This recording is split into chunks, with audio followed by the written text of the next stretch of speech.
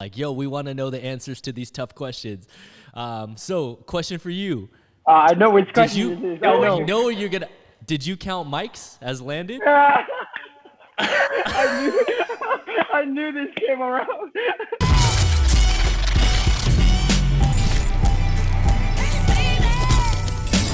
What's up, guys? Today's guest is an internationally recognized tricker who is the first person in Europe to land quad cork.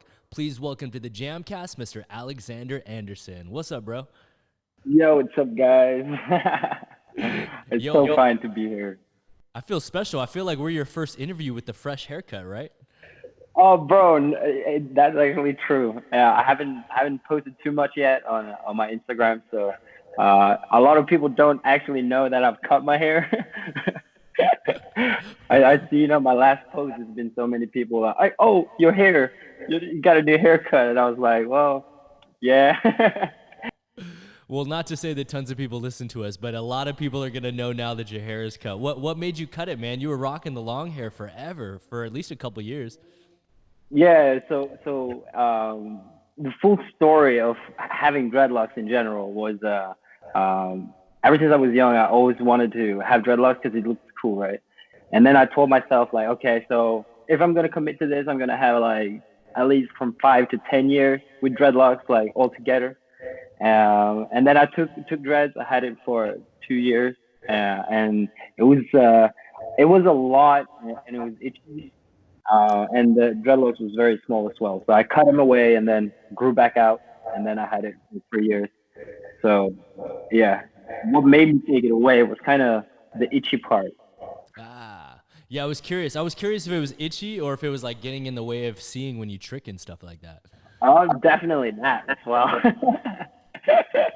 Like every time I remember every time when I'm warming up and I don't have taken it up in a ponytail yet, it always get in my eye or some bullshit like that, and I'm like, "Geez." So I have a question for you. Do you feel a big difference now training with lighter hair? Like, I know I used to have long hair too, and when I cut it, I felt like I was looser, like my neck was lighter, everything was faster. Yeah, so I've had long hair for like a long time now. Like I think overall, like without having dreads and stuff, like I think I've had like long hair for like 6, maybe 7 years. And every time when I cut it, I'm like just swinging my head, and I'm kind of expecting myself to swing on my head when I'm gonna do the trick. And now I don't have to do that, so it feels so weird coming into it. But after like an hour of training, I kind of get used to having short hair again. So it takes time, but it's not too long. Hell yeah. Well, I know that me and the community are excited, man. We're hoping that you put out some bangers now that you have the short hair. Yeah. Dynamic. Heck Bro, yeah. I've been waiting for so long to have taken away this hair. I've been talking about it for a while, and I was like, maybe I should take it away, maybe not. And then I ended up taking it away, and I'm very happy of how it turned out. Well, I mean, I know in Greek history, there's like gods who like their hair was the source of their power. Let's hope that's not the case with you, dog. No, we good. Hell yeah. Well, yo, man, how you been holding up during this quarantine and this lockdown? I know a couple of things are unique, which is like not only are you experiencing this lockdown right now, but from the times I've talked to you recently, you guys are actually in Norway going through this crazy summer or time period where your sun is up till super late at night, right? Like your sun's up till like midnight, or when is the sunset? The sunset is like around like maybe. Wait, sunset. So that's when the sun goes down, Yeah, right? yeah. Yeah. Okay. So I think that's like around like half. Oh, 12:30 a.m. 12:30 a.m. Yeah. I think like you like the sun is still up like around like 12, and I think like it goes like down at goes very dark at like 12:30 a.m. close to 1. And then when does the sun rise again? Like what time does it come back out? Like 4, maybe like 4:30 a.m. Yeah, man, it's a struggle out here. It's so hard to go to sleep. You can wake up pretty early if you want to, but I'm a sleeper, so I like to sleep in for a while, and I can't do that when the sun goes up so early. Yeah, that's crazy, man. Does it have like an effect upon like your training in your body? Because like for me personally, like one of the ways I get over jet lag when I travel to a country is you're supposed to like basically your sleep cycle is based off the sun, you know, and the way that like melatonin is produced and released. So like when I travel to a new country, I'm like in the sun, but then when it starts to get dark, I go inside so my body adjusts. Like how crazy is that like the sun is out till like midnight? Do you not get sleepy at all like during that time? Um, my sleeping routines ain't the best, so I'm just gonna say that. so, I'm not sure if I take any effect of it, but I think maybe people does. Yeah. So in general though, like during this time period, does the average person like start their day way earlier, or like do they make more use of the day because you have so much sunlight, or is it just like a part of life out there where people are like, ah, it's just a normal day? Yeah, it's just a normal thing. Like everything goes as normal. Like now, as the quarantine is kind of slowing down and uh and yeah and all that, people are starting going back to work and thing thing goes as normal now, more or Okay. less. I know, or Yeah, it that's feels like that at least. I gotta say, like for me at least, it feels like it, but I'm not sure if it does. yeah, man. And so like I know before this quarantine hit, like I even tried to fly you to Los Angeles at the end of last year for the jam gathering that we had, the first one in forever. And you were like, dude, I really wish I could come, but unfortunately, you were on a tour at that time. So can you just let the people out there know like why you couldn't make it to the jam gathering, but more so just kind of like let some of the listeners out here know like what you do professionally? Because I don't think everyone knows that you go do like live stage shows and performances and things like that. Oh, word up! I can tell you. So, what I do is like, other than tricking, coming into tricking, I started as a breakdancer, right? And I was taught by this dance group, and then as I kind of progressed into tricking, I was kind of doing that more. And then as I like came up and like did very well, and like I had cool tricks that I could do on floor, but also outside of floor.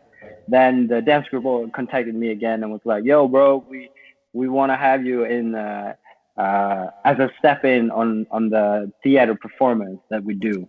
So now I'm kind of doing theater as well as tricking, and then we're kind of touring around like around Norway. So I think uh, in in America it's called state, but in Norway I don't know what it's called in the English word, but I'll just say state. And then you're kind of traveling around like the whole state Yeah. throughout like place to place to place. So I did that for 4 weeks in January, which happened to be also when JAMCast, the Jam gathering was. So I couldn't make it, All good, unfortunately. man. I mean, that's what happens as you grow up and become an adult. You got real responsibilities, man. So I was proud of you. I was like, dude, that's a great reason to miss a gathering is because like you're out here spreading your own personal style and spreading tricking to the world. So when you guys do these stage shows, is it like a breakdancing performance, or is it like a theater show where there's like dialogue and acting and lines, or is it just all movement based, like Cirque du Soleil type stuff? So the whole concept of the dance group is to make a performance that you can do like dance, but also like small sketches, but not have too much of the talking because that makes it kind of boring. When you're sitting there watching theater and some people are just talking and it's not too much happening. Instead of the talking part, they kind of fill it out with choreographies and or solos or stuff like that. So the main thing is to kind of uh, have the whole theater going with dance throughout the whole thing. Okay, word. And how many people are a part of the show and the crew? And then how long is like your section? Do you have a solo act, or are you in like a bunch of different parts? So there's two different performances that I'm stepping in for, but one of them is pretty old now, so they kind of stopped with that. The one that I played around with, we do have like dialogue, Yeah. um, and uh, there it's you kind of get set in to do one character. So then we are 8 people on stage. I'm not sure if you have heard about the the gods like Odin, Heimdall, Thor, Balder. Like that's like the whole play. So the play's called Nor, when the god danced. So in that performance, I'm playing one character, which is Heimdall, and I'm in that role all the time. Kind of. Okay. Sick. And so, yo, I gotta ask you, what's the hardest trick that they make you do in the shows? Yeah, so that's the thing, man. I can choose whatever I want. Oh, okay. That's So, cool. so some of the things, some of it depends on like the body, because like the whole performance is like 1 hour. So, from not doing dance consistently like all the time, and then coming in as a tricker into the dance group, I need to learn all these choreographies and stuff. It's it's exhausting. So sometimes I'm going harder than other days, and some days I'm just kind of just cork swinging, just doing the very basic. But all in all, I'm like the hardest trick. Uh, I think double cork is split. Oh wow, that's pretty hard, dog. Especially in a live show, where like you have a live audience where if you mess up, obviously they're gonna be like, "Oh no, he fell," That's crazy, dog. And how many days per week were you guys performing, and how many hours did you rehearse? Is it like a Monday through Friday, or is it like 7 days a week? It's Monday to Friday, and Okay. then so we have this stage with us as we're driving around, and then we Yeah. put up the stage, and then put it down as well as once you're done. Um, Sorry, I kind of fell out. What was the question again? Oh yeah, no, I just wanted to know, like, do you guys have to perform every day? And then if you're not performing, do you rehearse also? Like, So it's pretty. Um, we don't rehearse too much. Like usually when we rehearse is the first week. So the first week we go throughout like first and second day, because all in all, everyone can do the play. You kind of just need to get a reminder of where to stand, or which choreography is coming when, because it's so many times you go on, so many times you go off. So sometimes you can mess up when to go out, when to go on, and stuff like that. So you kind of rehearse one day, and if you do the play one day or like the day after, and then you feel like, oh shit, I kind of messed up there, then after the performance we go through that stage, and then get it to say be good. Yeah. okay, okay. And dude, that's kind of funny. I was just gonna ask you right now, because that's one thing that's totally different than my world. Like in film and television, we have the luxury of being able to like film and then say, cut, do it again, do it better, you made a mistake. But like in live shows, like you can't pause the audience and be like, yo, let me get a redo. So my question for you is like, have you ever experienced or have you ever gone through a crazy mistake or like a mishap that's happened on stage, or have you been pretty fortunate? Yo, this happened the last week on the tour actually. So I was so at the very beginning we kind of doing a choreography, and then one is going down, and then he's rolling over, and then you're supposed to like jump over, just like simple jump over, and then at when I'm jumping, I roll my ankle. So I'm falling down, and I'm kind of like dragging myself over, getting my stance, and kind of just waiting. And then I'm supposed to do flares after, but because I'm doing flares, then my legs not touching, so that went fine. But when I was going off, I was like, oh man, I was limping so bad. but Dang, bro. yeah, that's kind of the worst fail that I've had. And one time actually on this tour, I was supposed to do gainer switch to double cork, but then I ended up doing gainer switch, and then I mooncake, and then waited, and then twisted at the very end. So I felt like, bah. I was all out. I just totally missed it. So yeah, sometimes it does happen, but the very important part when you kind of on the stage is to not show that you do a mistake. Like just act it out. Because when I fell down, I was like, boom, and then I was kind of just right in the acting part, so it doesn't look too bad. That's kind of very important with stage performances in general. So yeah. Yeah, man. Like they say, the show must go on. Like the show must go on. Yeah. What actually I'm gonna tell you one funny story. It's not funny, it's pretty harsh story, but one of the guys from the group, when he was playing in the performance, He did a round of backflip, and then when he landed his backflip, his knee just fully like smashed. So in the middle of the performance, they had to like stop the whole. Yeah, it was that bad. Dang. Yeah, I've only seen a few shows where they literally had to like turn the lights on and stop it, and it's always scary when that happens, man. It's never good, never good, man. No, it is not good, but it's some things that can happen when you're kind of doing flips or anything on a stage. Nothing is for sure. Yeah. That's one thing that I wish people understood a lot more. And like, that's why we kind of try to justify getting paid more. It's just like anytime you leave the ground, it's super dangerous. It's not to say that like, singing isn't an amazing talent or like, doing acting in a stage show. But like anytime we leave the ground, there's a risk that you could have a career ending or a life ending injury, and it's scary times to think about. It's crazy. Well, yo, man, I know that tied in with that performance, like you said, you kind of got introduced to that and brought onto the show by your breakdancing crew. And I know just from like knowing you and knowing some of your history and stuff like that, that you started with breakdancing for a few years, but then after that, you kind of were like in search of something different until you stumbled upon tricking, right? So you can correct me if I'm wrong, but I think you broke dance for like a couple years. You got into tricking for maybe, let's say, like 10 or so years, but you really only count like from 2015 on as the time that you really like trained, right? Like, Yeah, whoa, how did you know this? bro, I gotta do my research, bro. My bro. That's dope. You knew this. But that's true. That's so true.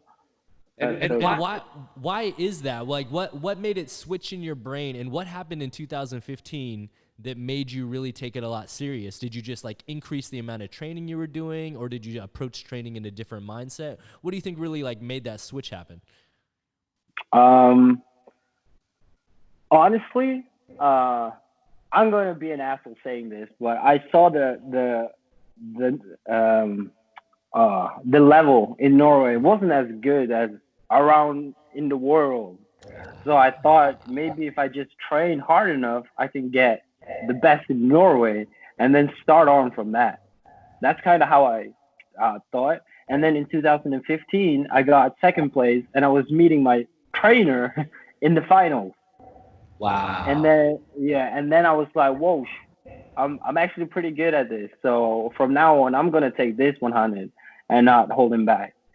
That's crazy. And yo, so just real quick, when you first got into tricking, who helped you like develop your beginning tricks and style? Did you take classes? Were you training on your own with a group of friends? Like, how did you formulate the foundation of your tricking before 2015? So at the very first, I was kind of training on my own. I'm not sure if the listeners does know a tricker, an OG tricker called Frederick Winged. Um, but so at first, I randomly came into the gym and I was like seeing him. He did a sheet nine. Who I still remember this like it was yesterday. But he did a sheet nine hook touch our raise, cork box, and I was like, whoa, that was crazy. What is this sport? And then I was with some of my friends, and they went to his classes. I didn't know it was classes for this, so they went to the classes. They knew it was tricking. It was called tricking. And then I was kind of just training like freestyle tumbling. In my gym we have these big ass air tracks that people are talking about so much. So I was training like lots of backflips, backflip, and then and then got into like doing fulls. So I did like backflip fulls, and then got more and more into it. And a friend of mine, a pretty close friend of mine, um, his name is Simon. He was like spinhead. He was like spinning like so fast. I was like, whoa.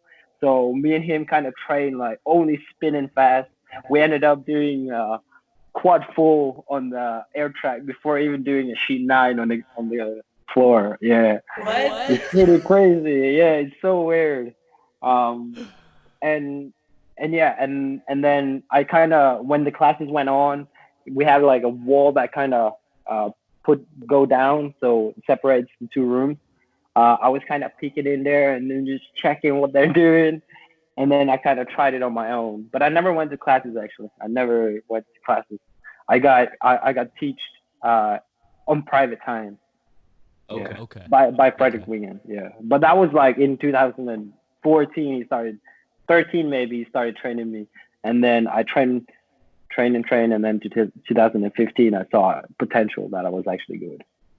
Hell yeah, man. No, that's crazy, man. That's super dope. And it makes a lot of sense that like you had someone to train with you, but obviously you were like training on your own. And that's kind of something that we have found as a commonality between a lot of top level trickers, that like inner desire and passion to just like push yourself and to get better on your own and for yourself.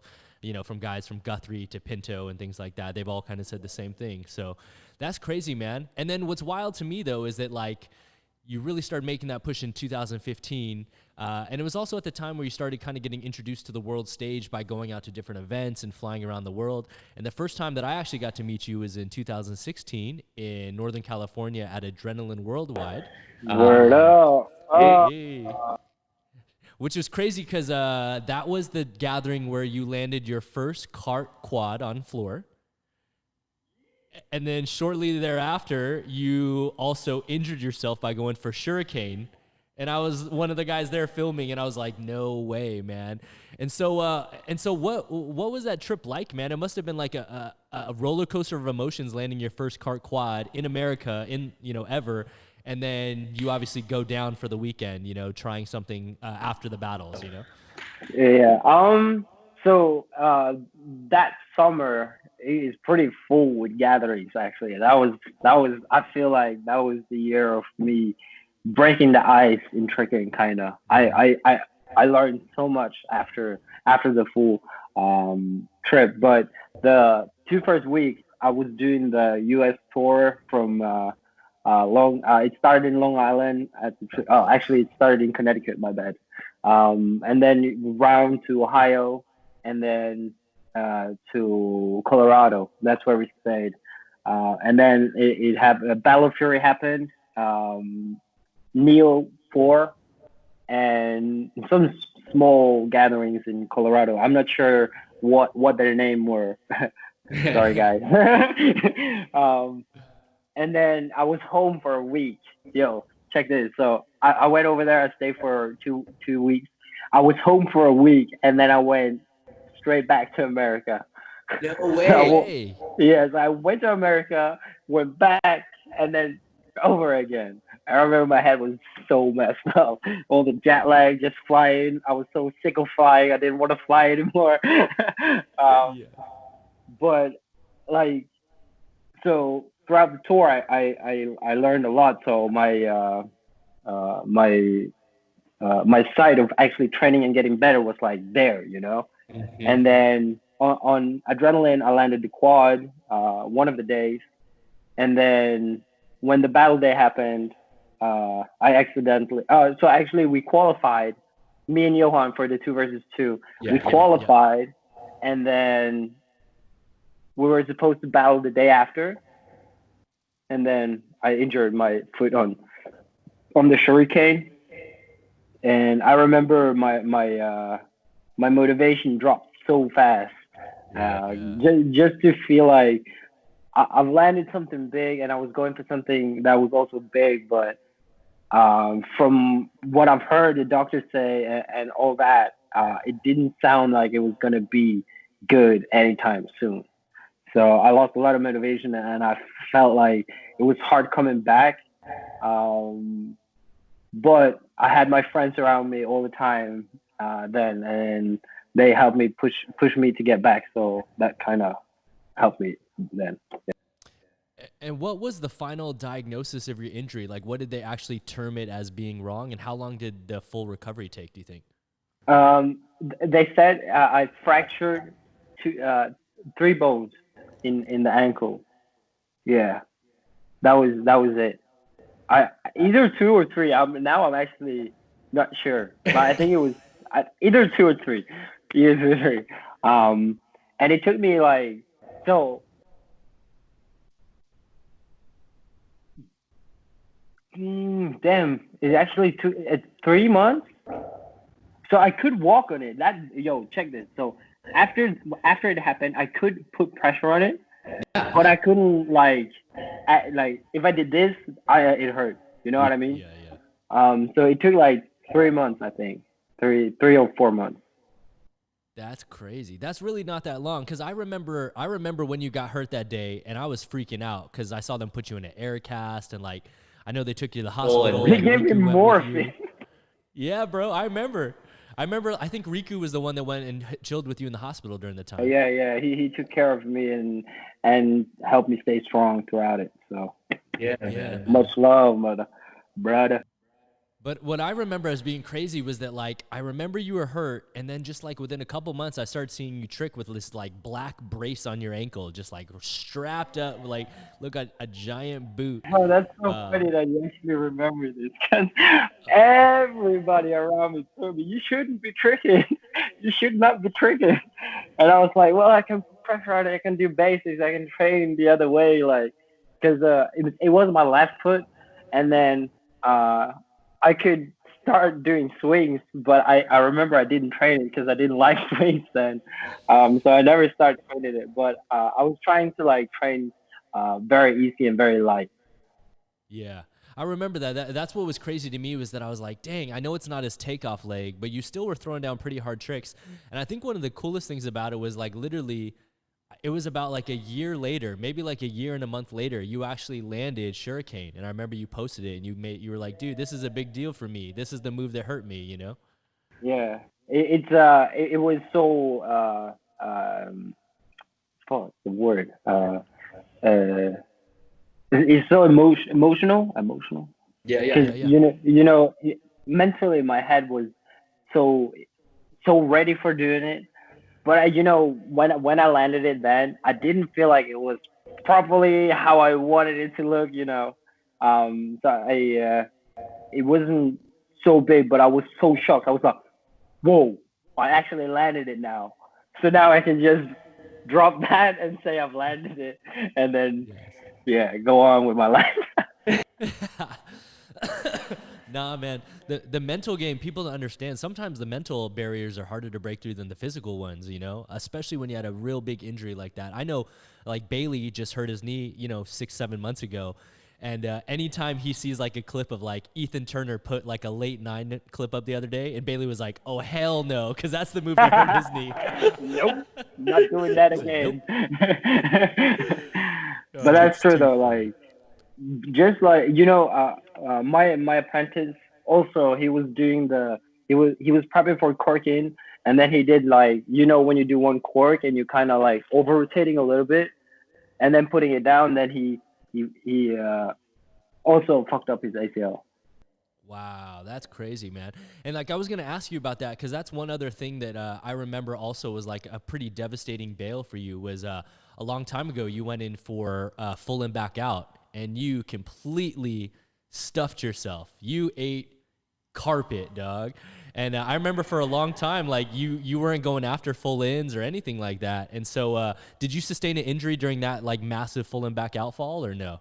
No, man, I was Gucci, bro. Bro, I Wow. remember that was kind of funny. I I have never done a falling back on the air track. And then I randomly show my friends like, yo, bro, I'm gonna try pulling back out today. And then I kind of we trained a little bit, and then I was like, all right, yo, film this. And then I do like full in, and then I lost it completely, open up, and then getting ready, and then slammed my face bad, man. But I didn't get any injury. I was knocked out for a little bit, but I came to myself.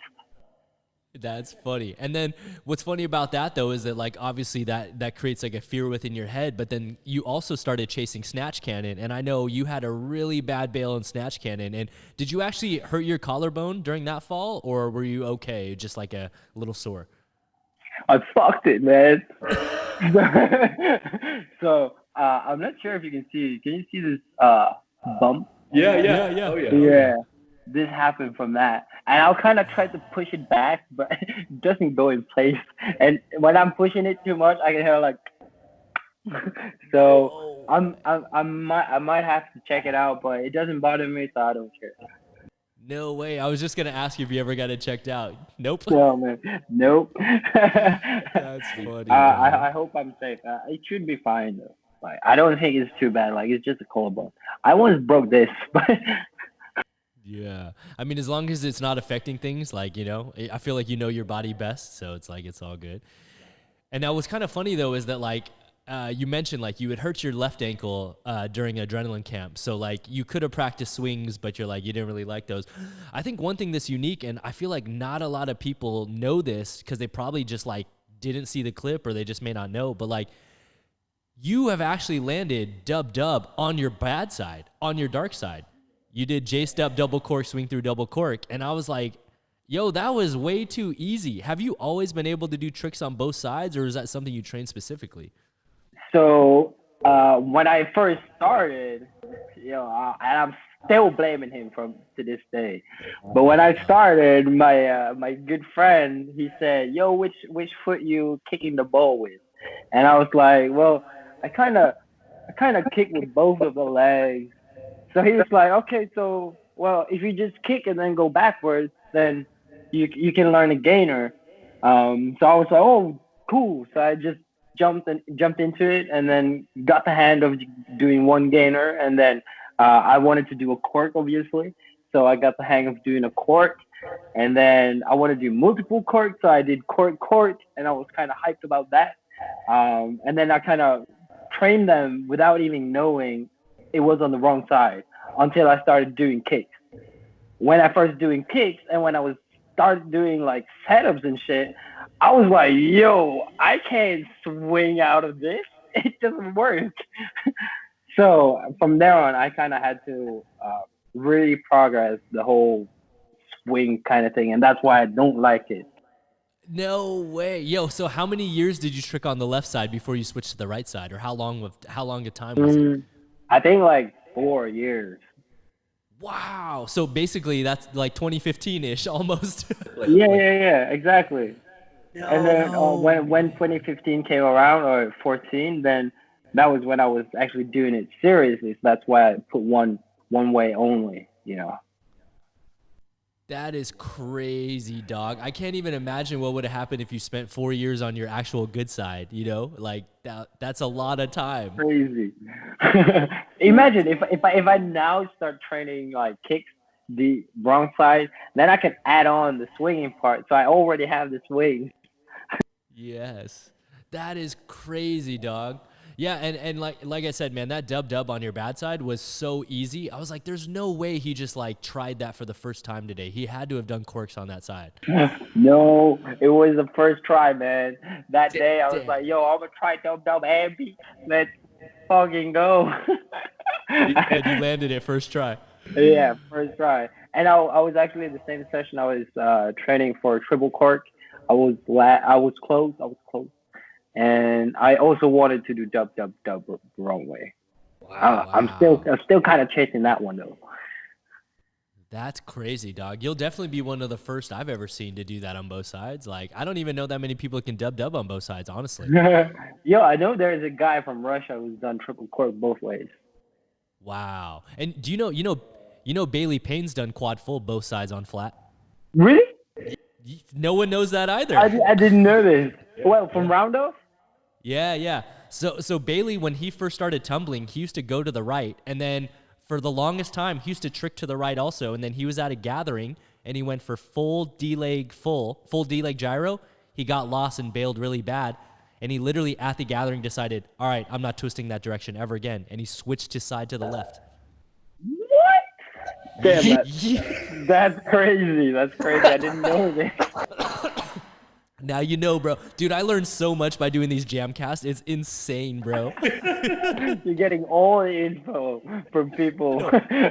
I know all the stories, but yeah, that's just as insane to me that he switched at a gathering and changed his whole direction. Just like you having trained for 4 years on your bad side and then being like, okay, let me switch now. And now you literally can do so many tricks on the other side. It's crazy, dog. Crazy. Thank you, man. Hell yeah. So then obviously, bro, we got to talk about it. One of the moves that you will most likely be most well known for the rest of your career, whether that's a good or a bad thing, is that you will always be associated as being technically the second person in the world to land quad cork and the first person outside of America to land quadruple cork. What was that feeling like, and what happened that day? Because you weren't at home when this happened. Like, set the stage and let people know where you were and what happened, you know? So I was at the gathering. It's Shut Up and Trick in Netherlands. And so so the whole setting of it is so random. Like, it is the smallest floor out of all the floors that I've been to, kind of. And so we went to this gym, and then I was with the French guys, French friends. You know, I don't have to put names on, but it doesn't matter. So I was with them, and we were having a session, and then I was doing, like, you know, sheet 9s and sheet 12, and just kind of feeling the floor, and then I can feel like it's so bouncy. Like, when I'm putting down my foot after a touchdown raise, like, I can literally just rely on the floor and then twist and land triple cork like it's nothing, you know.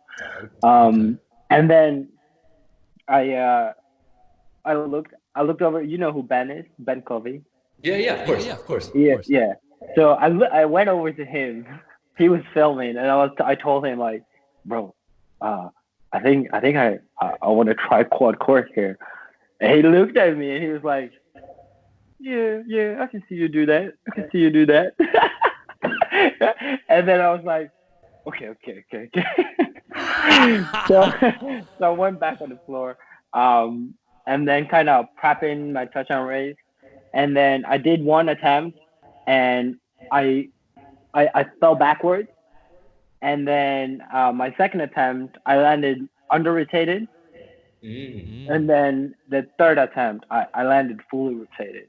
So what I did then was I posted the one that was under rotated on my Instagram to see how people will feel about it. Like, you know, under rotated quad cork, you know, the first one also was a little bit under rotated, and people were questioning that, but they still counted it.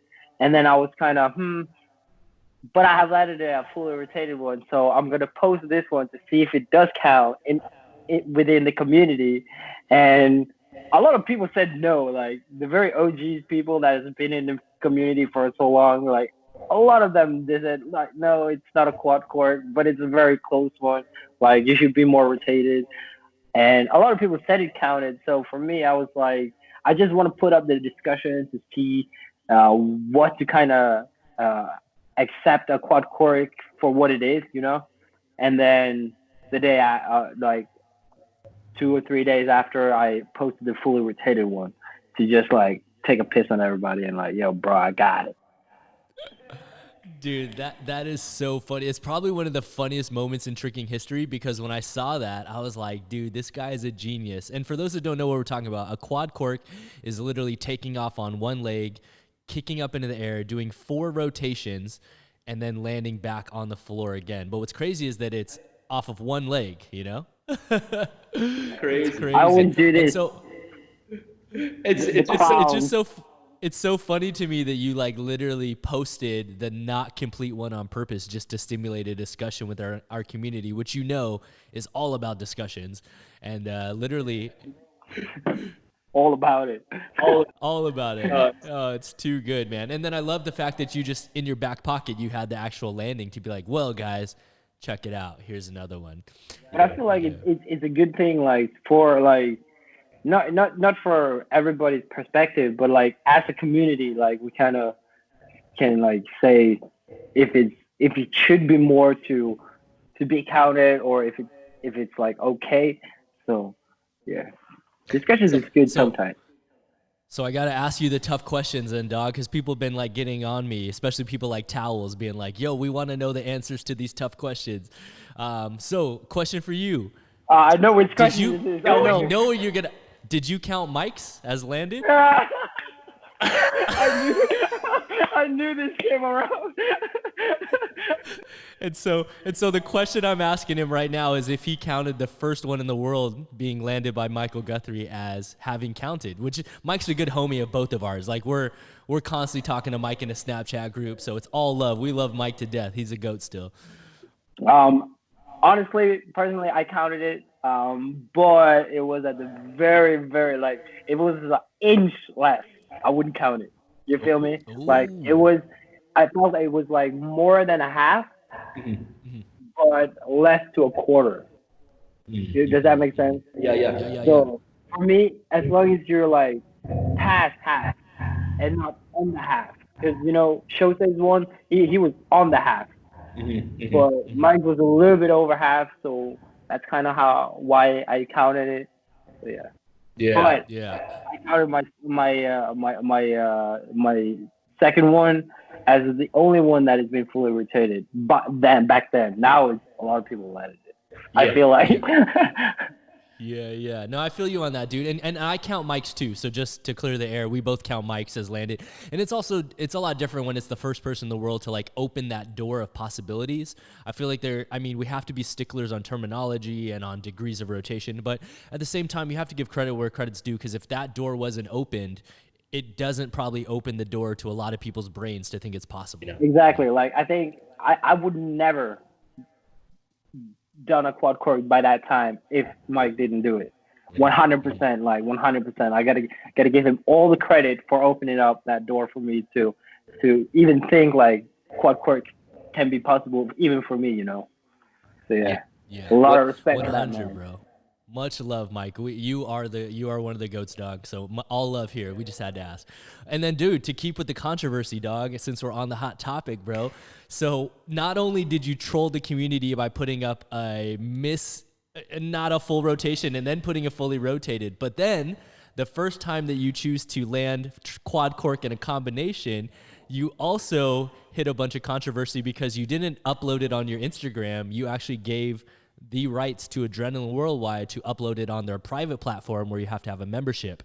And this caused one of the biggest debates, I think, in tricking history, because people were so upset that they couldn't watch it for free unless they had a membership, so much so that someone leaked it and it caused all this copyright infringement issues. And so my question to you is a two-part question. One, did you always plan on giving that clip to Adrenaline? Did you know that you were going to give it to them? And B, why did you choose to put it on the platform instead of just on your own channel?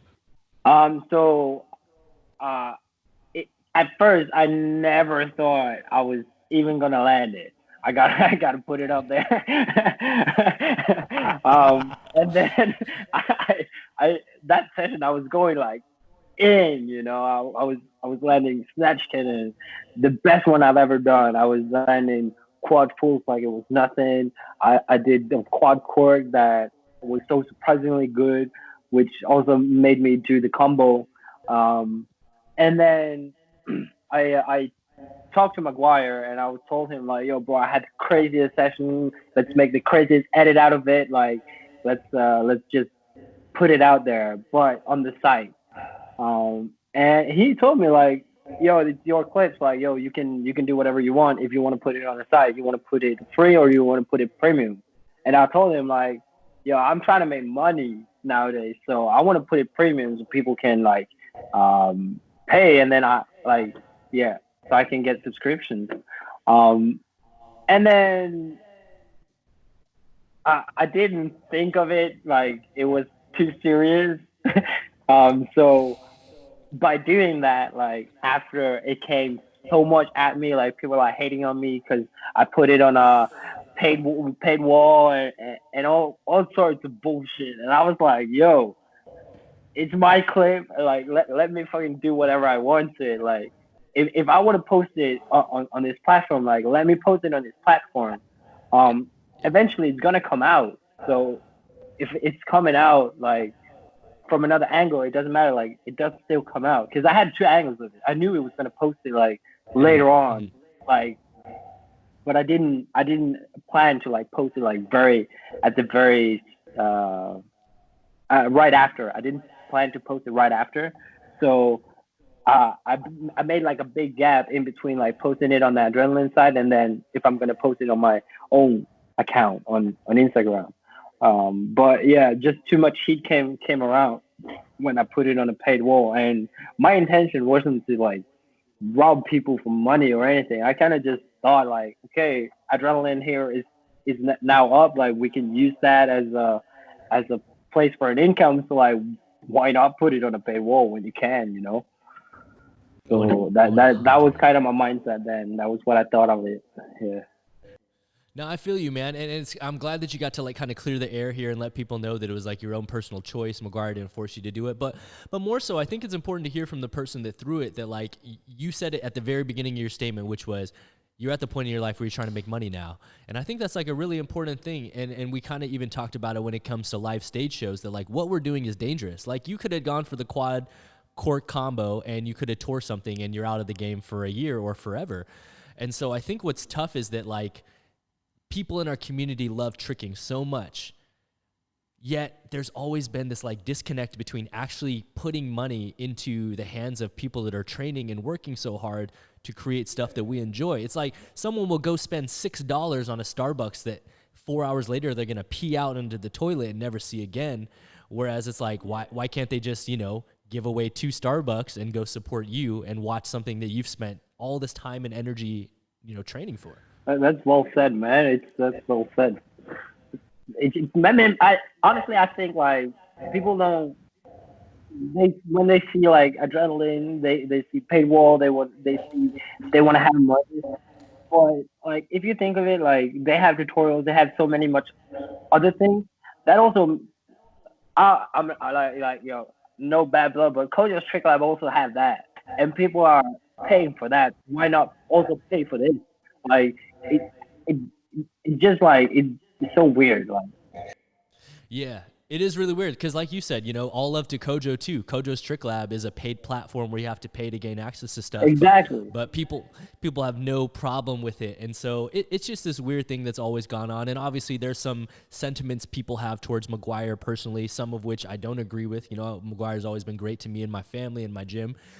So I've always supported his events. But yeah, I think it's just great to hear out of your mouth. And then just for people listening in general, how has Adrenaline helped you in general? And like, are you still part of the platform? Are you still part of Adrenaline in general?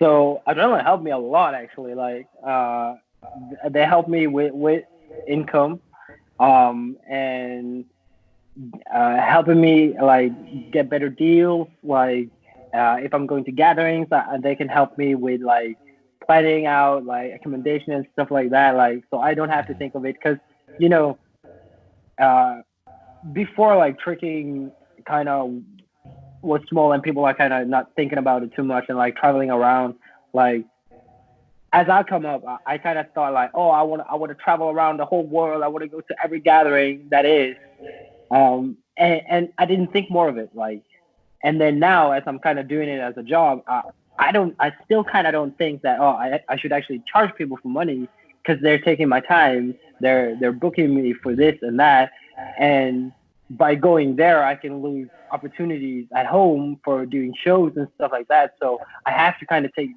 get paid, and I saw more value of myself coming in as an adrenaline pro, and they kind of helped me see my own value and think business instead of just fun, you know.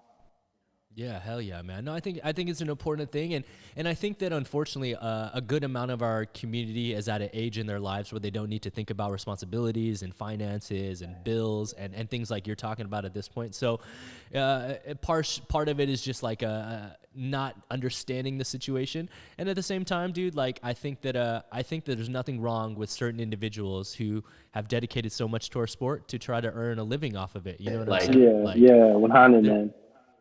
There's no reason why you guys should not be making money off of all the time you put in. And so with that being said, man, just so people out here have an idea, like you clearly don't go and accomplish moves like you're doing without training. How much time do you dedicate to training a day and how many days per week?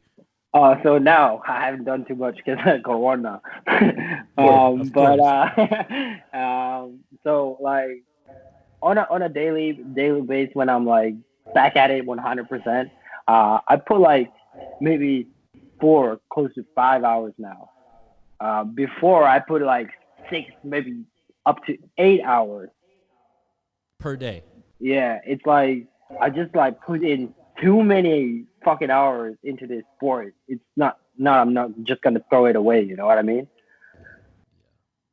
And so when you're training when you train 8 hours a day, do you train every day in a row, or do you have to take time off in between to let your body recover?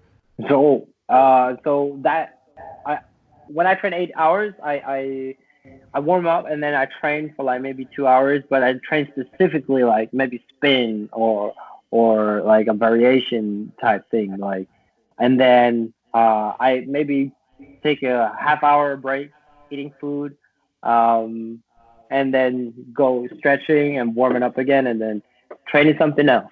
And then I'm kind of changing, so I have different levels of training throughout the day, and then having like food breaks in between. Yeah.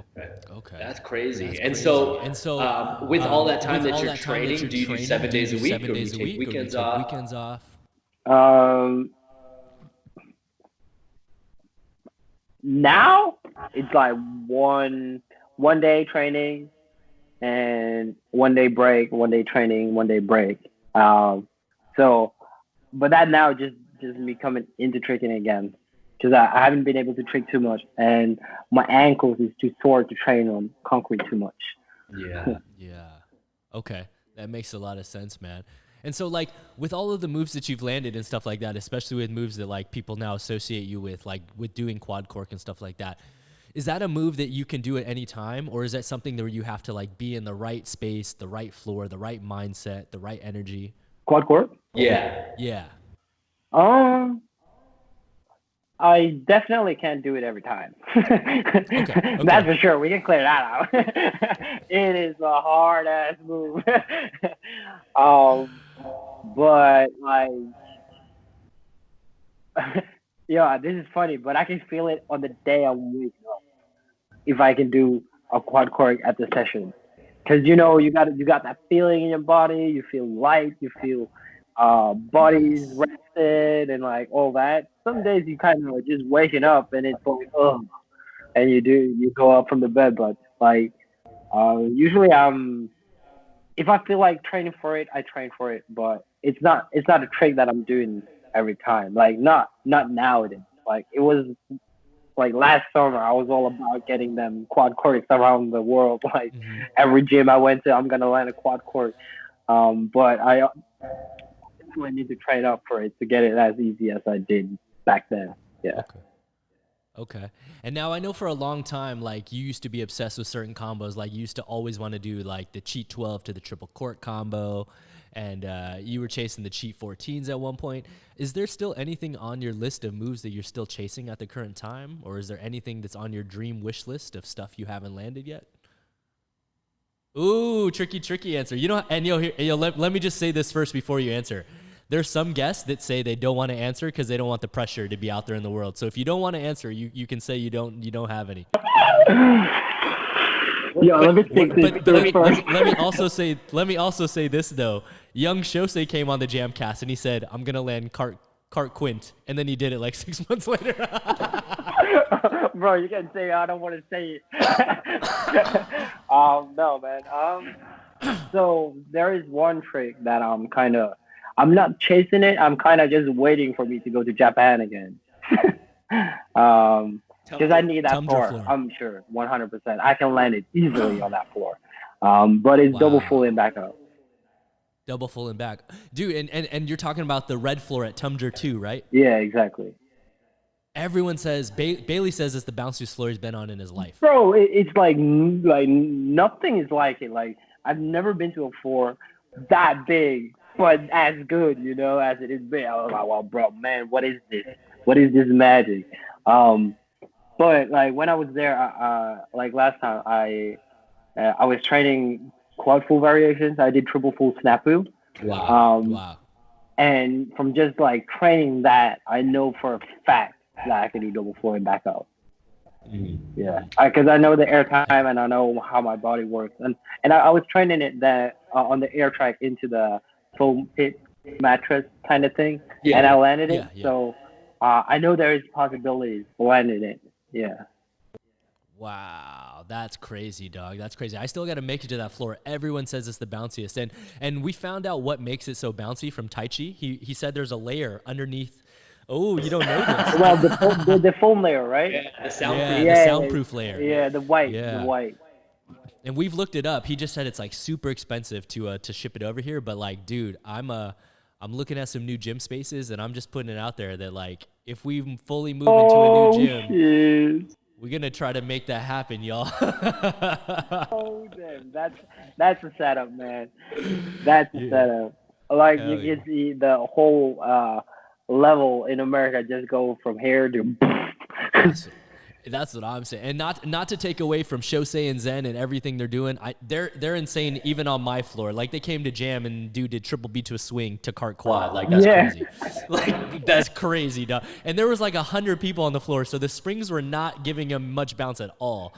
And a lot of people run in, and when he wasn't even done. Yeah, I was like, dude, how did he do that quad? I would have literally stopped mid cartwheel, you know? Like it's crazy. So much love to those guys. Man. I gotta give him respect. All of them who's training at that level, like it is hard even if the floor is good.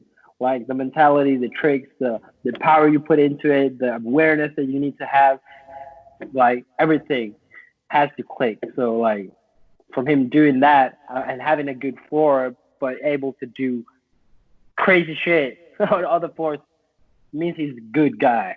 Exactly.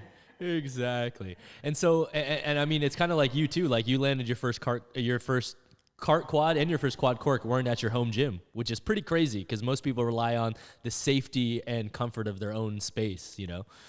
So with that being said, dude, who do you watch in the community? Like what trickers do you watch if you watch any? Actually, I don't watch too many. I kind of just scroll it down, and then as I'm going, I'm scrolling. Oh, nice, and then I like it, and then but it's mostly like Shosei and Zen and Johan. Still the same old. Usually it was just Johan, but now Shosei Zen.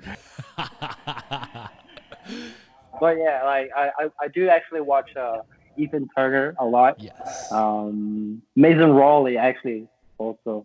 But his technique on some things is just so unique. Like I just the way he's like doing this Gumby kind of thing, the way he's like swinging that foot for the front swing. Like I try to understand it, but I can't. Yeah. I just can't. Dude, that's funny. I literally talked to Mason like an hour ago on Instagram. So yeah, I feel you, dog. His front swing game is just crazy because he's so long. He has such a long body that he's made it work for his style. Definitely is like he uses that leg momentum to catch all his stuff. It's crazy. But of course, I always watch Mike. But like everybody watch Mike. I don't feel like I have to say it, you know. Yeah. But exactly. It's usually them 4 or 5. Yeah. I don't watch too many. If I'm going on YouTube, I'm kind of just like, actually, I'm going on YouTube when I see people are posting a new video. I'm like swiping up. Yeah. That's dope, man. And now I know that like it's kind of funny that your journey started with breakdancing, you know, way back in the day before you started tricking, you started with breakdancing. But I do know that like even in these recent times, like, you know, over the last couple of years, like you're constantly trying to work on, you know, comboing air flares, and I know you can hit tons of moves. You even got to do Crash Bandicoot at Notorious IBE against Nguyen, where you hit the you know shuriken box and stuff like that. So do you still practice breakdancing for fun? Do you do it seriously? Is it just like a release to give your mind a break from tricking? It's more of a release kind of thing. But also like I really enjoy training breakdance. Don't get me wrong. But like after being a dancer and kind of start with dancing, I'm more of like when I was a dancer, I was like all about the power moves. Fuck the dancing, do the power moves. So I'm not like when I'm training dance, I'm not training dance. I'm not doing like top rope or footwork. I'm kind of just throwing myself into the power moves. Okay. Yeah, but with that being said, though, I am trying to learn footwork to combine it into the tricking world. You know, when you do front sweep kind of thing, but then you can just like tap, tap, tap, tap, tap. It could be a cool thing. I've been thinking of some ideas. And yeah. Hell yeah. Okay, I'm interested to see, dog. I love it, and we kind of got a taste of it at like, for example, in your combos, but like even at the last hook gathering, you started doing some combos where you did a lot more floor work and intricate. For me, I saw the b-boy transitions. A lot of other people probably were like, oh, he's just doing floor stuff, but like I was like, oh, okay, Yeah. I see what Word he's up, doing. bro. It's so funny. You know, when people are seeing breakdancing tricking, they're like, whoa, well, that's not tricking, but it's cool. Yeah. You know. But I really enjoy going from up above to down, and then still down, but going up. You know, when I'm doing air flare. But I'm gonna tell you this: I've been training air flare for like 10 years, ever since I started breakdancing, and I'm still not able to do 2 air flares. No way. That's so funny, man. I was just hanging out yesterday training with Bailey, Pasha, and I don't know if you know Eric 3Run. Eric Mukamechi? Yeah. Bro, so Eric is like the complete opposite of you. He started back in the day with breakdancing too, but like Eric, you didn't know Eric?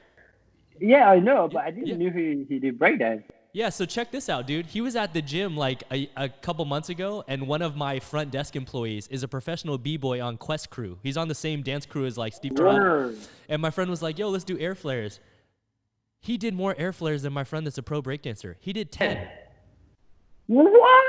Bro. He can do air flares?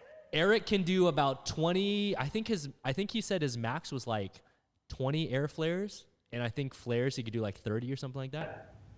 What? I didn't know. Yo, I'm gonna text him and tell me, bro, help me with that. That's what I'm I saying, bro. didn't know. Even That's yesterday. crazy. Even yesterday, he was helping Pasha out, and then he was like, I haven't done these in months. Let me try. He did like 6 of them. First try. No warm-up.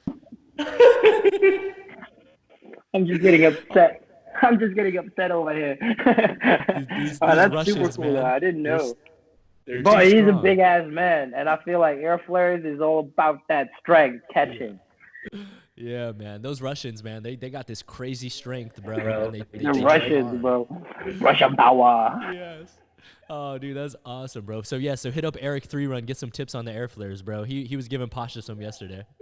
So yo, man, and then with that being said, like we've obviously seen you battle at numerous things around the world, tons of gatherings, tons of different, competitions and stuff like that.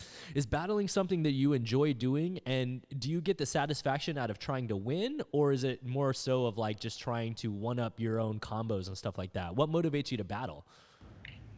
Ooh, bro, that's a good question. Actually, I never thought about it in that way. To be fair, so what was the first question? Yeah, I just want to know like what's your inspiration to battle, because battling is not something that everyone likes to do. I would say like maybe only 20% of the community battle. So what pushes you? Is it the desire to win, or is it the desire to be like, "Oh, I did better combos this time than last time," I think what kind of strives me to do the battle things is, as an ex B-boy, I was at small events. So I kind of grew up watching people go at each other, And then because of the community in the breakdance scene, I saw they were just yapping it to each other, or like just putting one down because the other was better, and I kind of didn't like that. And then I came into tricking, and everybody's all about love and like giving them respect for what it is, I'm like, yo, that's kind of funny. So I think what kind of strives me to do it is more like just to show. I think just to perform, because I like to perform in general, put up a show or anything like that. So I think what really strives me is just to like be out there, show myself. This is what I can do. Yeah, I was just curious.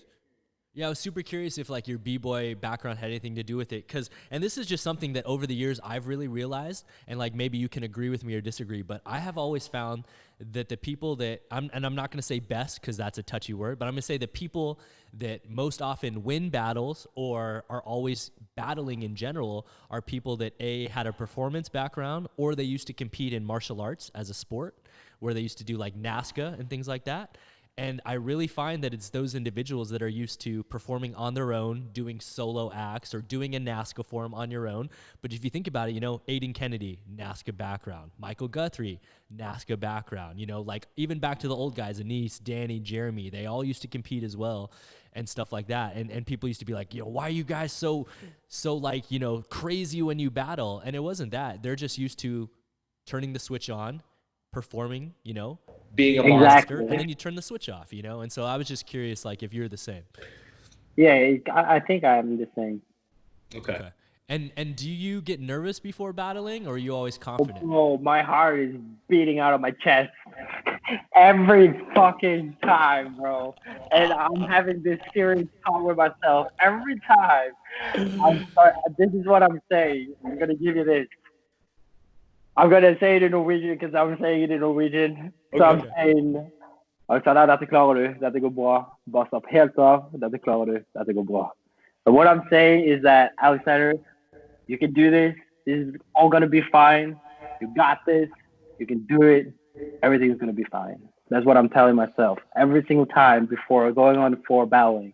Because, dude, I don't know, but I think it's I can just go short on it. But when I was young, I had anxiety, and then I was good at tricking and dancing, so I was kind of like, I did something that I was good at, and then it kind of still stuck within me, like just so many people watching, so that kind of giving me like a heartbeat. But it gives me so much energy with being nervous, and I think nervous is a good thing towards it, because then you're doing something that is gonna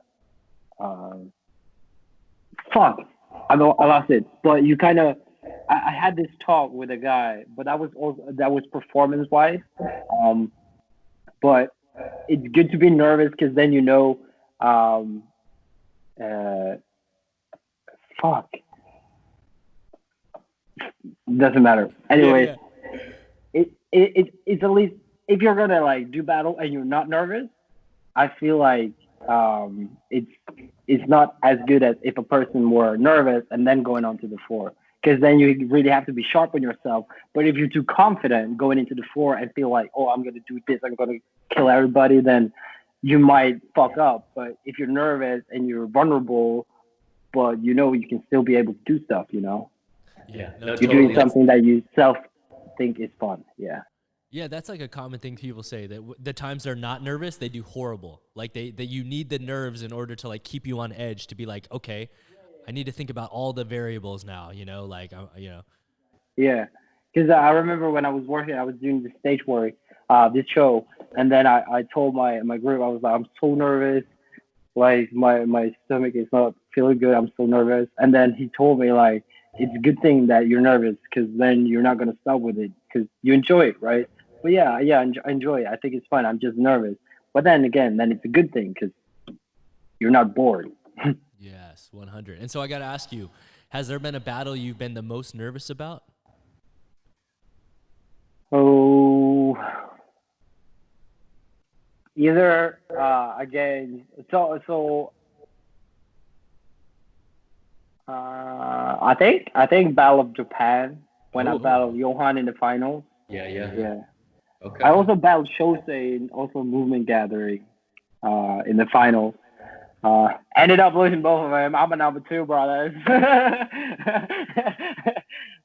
But actually, I felt more nervous against Johan than I did against Shosei. Wow. Yeah. Okay. That's super cool. That's super cool, man. Well, we're lucky. Honestly, I don't know why, but it might be the setting of it. I don't know why. I'm not gonna brag that I wasn't nervous about Shosei. I was nervous, but I was more nervous because when I did the Awesome Movement Gathering, I was in my own country. When I was in Japan, I was in Japan. So Yeah. I was far from home. That makes a lot of sense. And we're lucky. We're just lucky that we get to sit here and watch all these battles, man. You know, like we got the easy job for sure. You definitely are in the hot seat, man. Mm. That's crazy. And so, with everything that's going on right now in the world, and obviously you're getting to an age where we've talked about it, you want to start making money, and you're really focusing on not just tricking, but your career and all that stuff. What goals do you have for the future? Do you want to keep tricking forever? Do you foresee yourself getting into like a quote unquote normal career job, or what's on the plate for Alexander Andersen in the future? So mainly it's tricking. Mainly it's tricking. But because I'm a dropout, I'm thinking about maybe going back to school to do physio, just to like know everything about my own body, but also be able to help others that have problems with their body within tricking, you know. And like that's kind of until I can see like there is like a chance of like earning enough money to like open up my own gym, then like I'm focusing on tricking for sure. Okay. Yeah. Hell yeah. And so what advice would you give to a little kid that's maybe growing up in Norway right now that like wants to get to your level? What advice do you have for them to start tricking, or maybe someone that's stuck at a plateau right now in their own training in general? What advice do you have for them? Film your clips, look over your clips, to slow-mo it down, and then try to compare yourself to someone, and then see where their shoulder are, where the hip are, and all small details, because usually it's the small details that makes the big difference. Yeah, that's really good advice. Do you record yourself at every session? Every single clip I'm doing, every single time I go, I film it. Wow. And do you rewatch it on the spot, or do you wait till you get home and then review the sessions? Both. It depends. It all depends. Like if I'm training only combos, then I just film them. If I'm training one specific thing that I want to like focus on, then I'm going filming, going over, check it, go back. Okay, this I might change this, and then I go back, and then I might do the exact same thing that I did before. Go back, but oh goddamn, I still didn't do it. Going back and just keep on that routine on it. Like I feel like that's like the key to everything. Like if you can record yourself and then see your own shape that you're making, and then try to compare yourself towards a good one who can do it properly, and then you can see what flaws you have compared to him. And it's not bad to compare yourself towards movement. It would be bad if you compare yourself to that person, you know? Dude, that's a good statement, dog. That's a great statement. Not bad. It's not a bad thing to compare yourself to their movement. It's a bad thing to compare yourself to the person. Dude, that's dope, dog. That's a new one. Hey, that may be the intro of this episode. Hey! Hell yeah, But dog. it's true though, like 100, like you got to think of it like that. Like all we do in tricking is movements. So for you who can't do too much of it, like you got to train. He has been there exact same place, so he had to go through that stage to get to this next one, and it goes on for everyone. Someone learns faster, but that's just how it is. Someone understands things faster, that's just how it is. But in the end of the day, like everybody has to go throughout these stages to get to that certain point.